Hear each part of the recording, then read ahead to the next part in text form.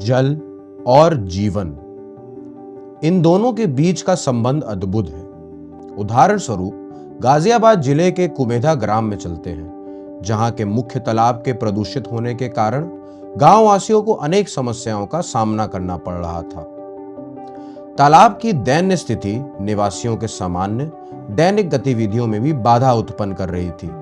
तालाब के पास में ही सामने स्कूल है, जहाँ पे छोटे छोटे बच्चे जाते हैं स्कूल में। तो वहाँ पर बहुत ज़्यादा गंदगी थी और बारिश के टाइम पर तालाब जो है ओवरफ्लो हो जाता था, जिससे कि पानी जो है तालाब का गंदा पानी वो सड़कों पर आ जाता था। उससे बच्चों को आने जाने में बहुत ज़्यादा दिक्कत होती थी। स्कूल भी बहुत कम जाते थे, इससे पढ़ाई में भी दिक्कत होती थी बच्चों को और वैसे भी दिक्कत होती थी। पानी किसी योग था ही नहीं, कोई पशु पक्षी इसमें बढ़ ही नहीं सकता था, किसी कोई चीज़ इसमें कार्य नहीं होता था। पिछले 30 साल से, मेरी उम्र 50 साल से ऊपर है, मैं इसे ऐसे ही देखता आ रहा हूँ। जब भी इसमें इधर गए कोई कीड़ा काटा या कोई पशु पक्षी भी खत्म हो जाता था। इसमें बहुत जहरीला पानी था।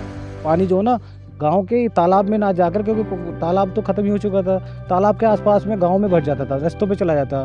तालाब की हालत बहुत ही खराब थी। तालाब में टनों के हिसाब से कचरा भरा हुआ था, डंप था, और पूरे तालाब के ऊपर पूरा एक एक्वेटिक वीड्स फैली हुई थी, सीवेज भरा हुआ था। तो हमने लगभग 7 महीने में इस तालाब से वीड को बाहर निकाला, गार्बेज को बाहर निकाला, इसकी खुदाई की ताकि वाटर होल्डिंग कैपेसिटी बढ़ सके।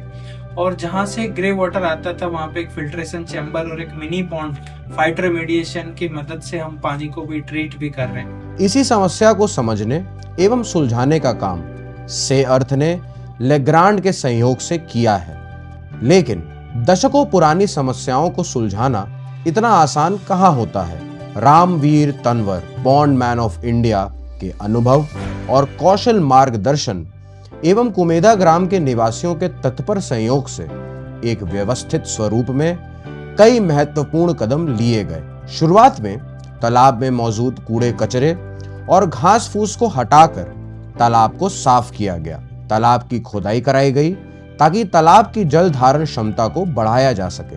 गंदे पानी को तालाब में प्रवेश करने से रोकने के लिए एक छोटा तालाब और फिल्ट्रेशन कक्ष स्थापित किए गए। तालाब की परिधि में पक्षियों को आकर्षित करने वाली घास के साथ साथ सुंदर पेड़ पौधे भी लगाए गए। तालाब से निकले गए प्लास्टिक को मार्ग के किनारे बेंच लगाने के लिए रिसाइकिल किया गया।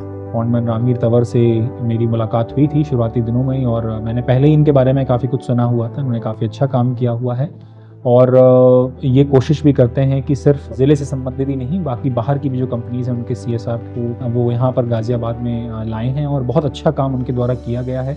और जो हमने एक स्टैंडर्ड बनाया है, स्टैंडर्ड ऑपरेटिंग प्रोसीजर बनाया है, उसके तहत ही वो काम करते आए हैं। उसको हम और बेहतर कर रहे हैं।